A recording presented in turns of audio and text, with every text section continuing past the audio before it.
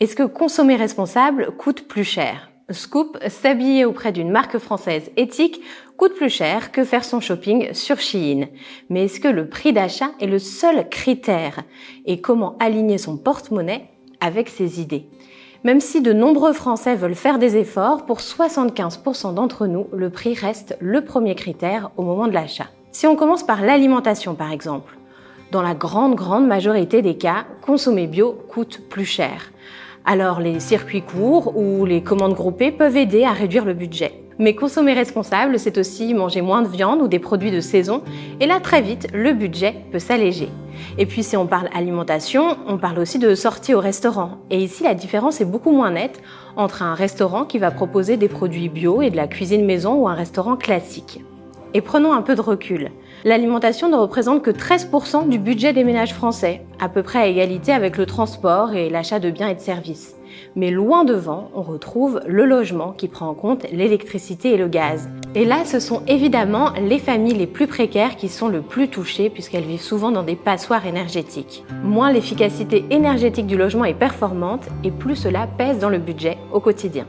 Si on revient à notre exemple du début, le textile, déjà comparons ce qui est comparable.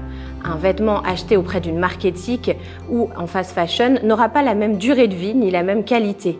Et là encore, on devra dépenser davantage pour refaire sa garde-robe. Comme c'est moins cher, on a envie d'acheter encore et encore, et c'est ce qu'on appelle l'effet rebond. Et dans ce cas précis, ça peut très vite conduire à de la surconsommation. Alors il existe d'autres alternatives comme la seconde main, le reconditionné ou même la location pour des produits qu'on n'utilise qu'occasionnellement. Et oui, consommer responsable, c'est avant tout s'interroger sur ses besoins. L'idée n'est pas de revenir à l'âge de pierre et d'oublier toute notion de confort, mais plutôt de prendre du recul vis-à-vis de la publicité, du marketing qui nous pousse toujours à acheter plus et de se poser la question du coût d'un achat pour la société ou la planète. Mais une fois qu'un objet a été fabriqué, autant l'acheter, non ? C'est faux. Si les achats baissent, alors les commandes et les productions aussi, et les entreprises vont donc devoir agir. C'est une façon pour les citoyens de les interpeller. Et maintenant qu'on sait ça, on fait quoi ? On peut par exemple choisir d'appliquer la méthode BISOU. Alors BISOU, qu'est-ce que ça veut dire ? C'est tout simple. B comme besoin. Est-ce que j'ai vraiment besoin de cet objet ? I comme immédiat. Est-ce que j'en ai besoin là, tout de suite, maintenant ? S comme semblable. Est-ce que j'ai pas déjà quelque chose qui pourrait y ressembler ou avoir la même utilité ? O comme origine, d'où vient le produit, comment est-il fabriqué?